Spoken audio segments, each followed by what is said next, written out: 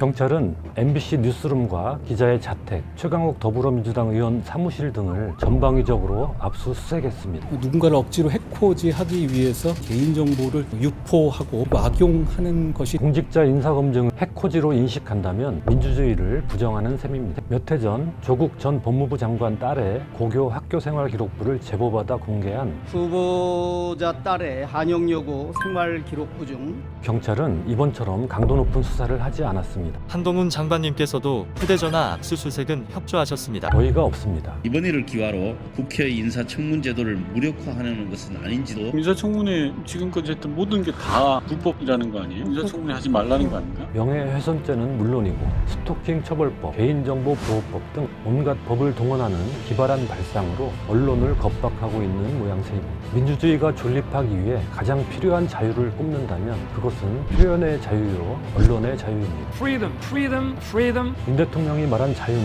가짜 자유일 진정한 자유는 압수수색 당해 어디론가 사라지고 말았습니다.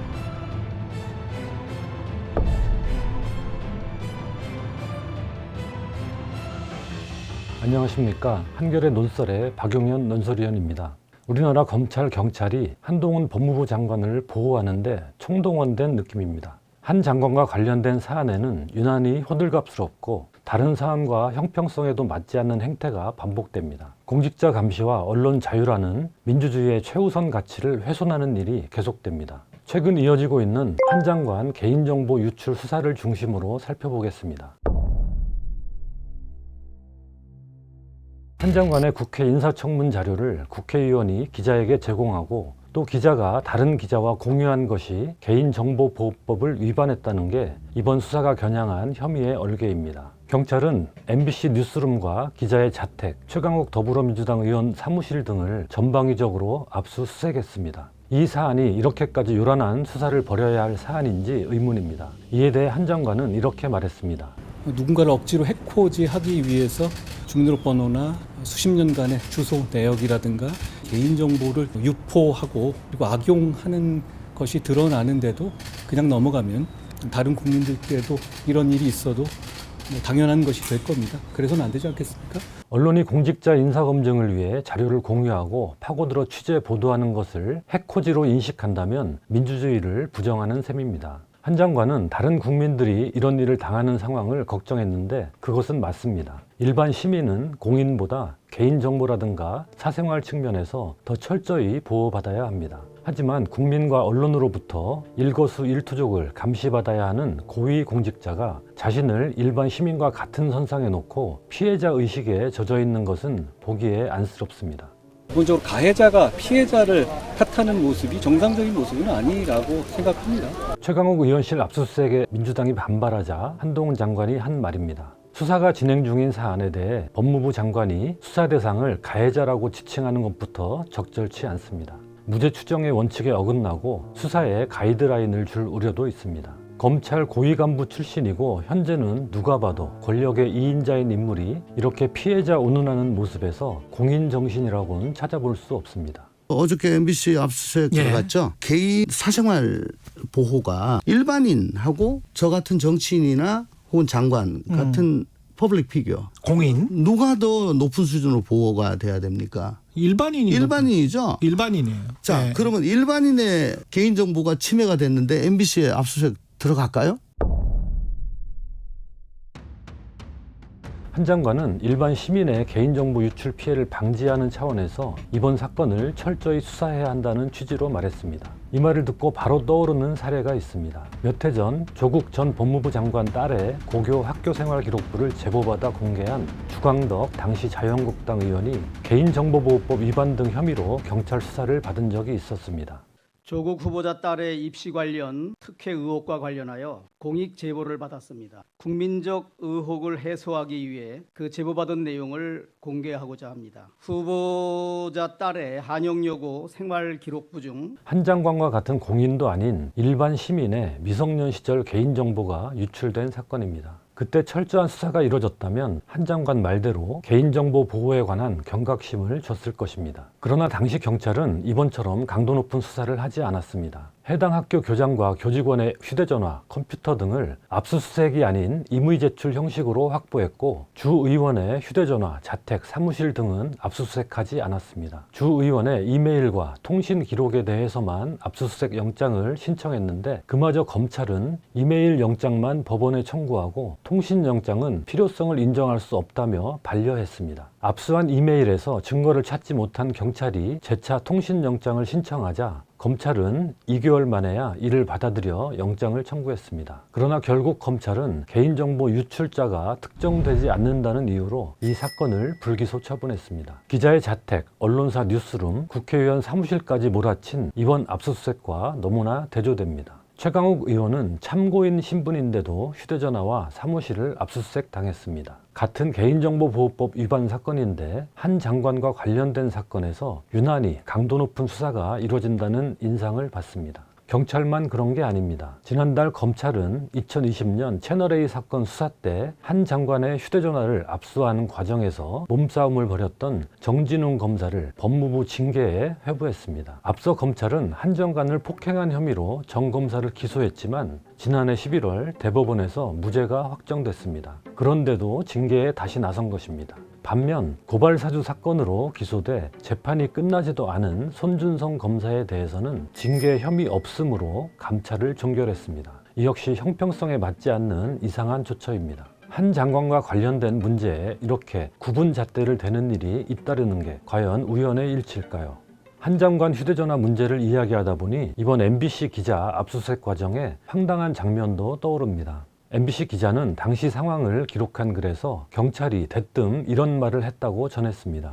휴대전화부터 제출하시죠. 한동훈 장관님께서도 휴대전화 압수수색은 협조하셨습니다. 어이가 없습니다. 여기서 왜 한동훈이라는 이름이 나왔을까요? 한동훈을 위한 수사라는 것을 강조하고 싶었던 것일까요? 더구나 한 장관이 압수수색에 협조했다는 것은 사실과 정반대입니다. 아이폰 비밀번호를 감추는 바람에 실질적인 압수수색은 전혀 이루어지지 않았습니다. 한 장관은 법을 집행하는 공무원이면서 자신은 압수수색을 어떻게든 회피하고 일반 시민에 대해선 속옷 서랍까지 뒤지는 과도한 압수수색을 당연시하는 태도를 보입니다.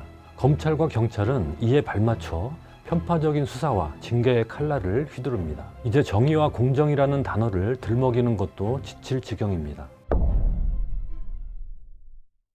이번 수사선상에 오른 이들이 하나같이 한 장관과 악연을 갖고 있다는 점에서 보복 수사가 아니냐는 지적까지 나옵니다. 압수수색을 당한 MBC 기자는 지난해 윤석열 대통령의 바이든 날리면 발언을 보도했다는 이유로 국민의힘으로부터 고발당했고 2020년 검사 술접대 사건 보도와 관련해서도 한 장관으로부터 3천만 원의 손해배상 청구 소송을 당하기도 했습니다. 최강욱 의원도 채널A 사건과 관련해 명예훼손 혐의로 기소됐다가 1심에서 무죄를 선고받은 뒤 현재 2심 재판을 받고 있습니다.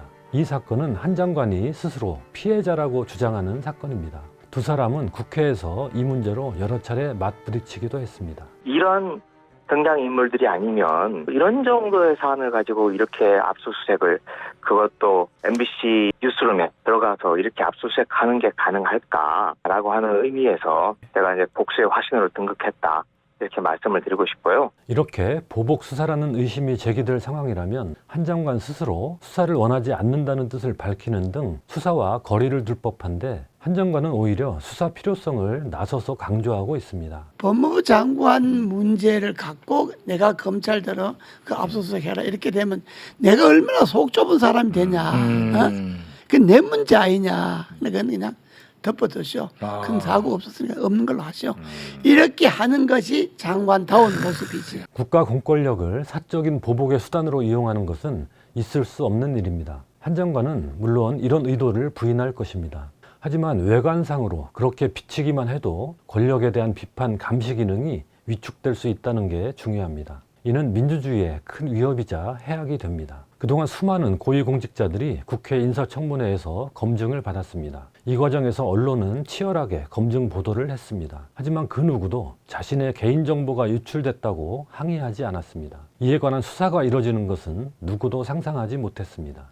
그런데 한 장관에 대한 인사검증이 그러한 최초의 사례가 됐습니다. 이렇게 선례가 만들어졌으니 앞으로 인사검증에 나서는 국회의원 기자들은 자기 검열을 하게 될 것입니다. 이번 사건을 과도하게 수사하는 배경에는 윤석열 정부에서 앞으로 진행될 인사검증을 위축시키려는 의도가 깔린 게 아니냐는 의구심까지 불거집니다. 또한 이번 일을 기화로 국회 인사청문제도를 무력화하는 것은 아닌지도 의심됩니다. 윤석열 정부는 개인정보 유출 같은 억지 주장을 앞세워 국회와 언론을 탄압하지 마십시오. 이번 수사에는 법기술도 어김없이 동원되고 있습니다. 개인정보보호법 위반이라는 혐의를 적용하고 있는데 이는 애초에 법 취지와 한참 동떨어진 것입니다. 개인정보보호법 58조는 언론이 취재, 보도 등 고유 목적을 달성하기 위해 개인정보를 수집, 이용하는 경우 이 법을 적용하지 않는다는 면책 조항을 두고 있습니다. 그러나 경찰은 업무상 알게 된 개인정보를 누설하거나 다른 사람이 이용하도록 제공하는 행위를 처벌하는 59조를 근거로 수사하고 있습니다. 언론이 개인정보를 수집, 이용하는 것은 허용하면서 이 정보를 제공한 사람은 처벌한다면 면책조항은 아무런 의미가 없어집니다. 그러므로 59조보다 58조 면책조항이 우선하는 것으로 해석해야 마땅합니다. 개인정보보호법을 기계적으로 적용해 언론 자유를 위축시키고 공직자 검증을 가로막는 게 이 법의 입법 취지가 아님은 분명합니다.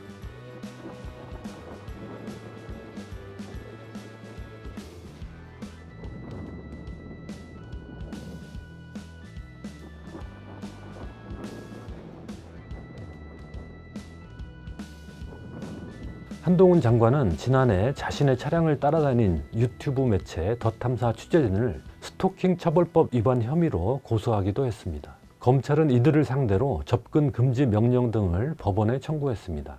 하지만 법원은 더 탐사의 행위는 언론의 권력 감시에 해당한다고 판단했습니다. 경찰은 강진구 더 탐사 대표에 대한 구속영장을 2차례나 신청했지만 모두 기각당했습니다. 전통적으로 권력자가 언론의 입을 막는 수단으로 이용해온 명예훼손죄는 물론이고 스토킹 처벌법, 개인정보보호법 등 온갖 법을 동원하는 기발한 발상으로 언론을 겁박하고 있는 모양새입니다.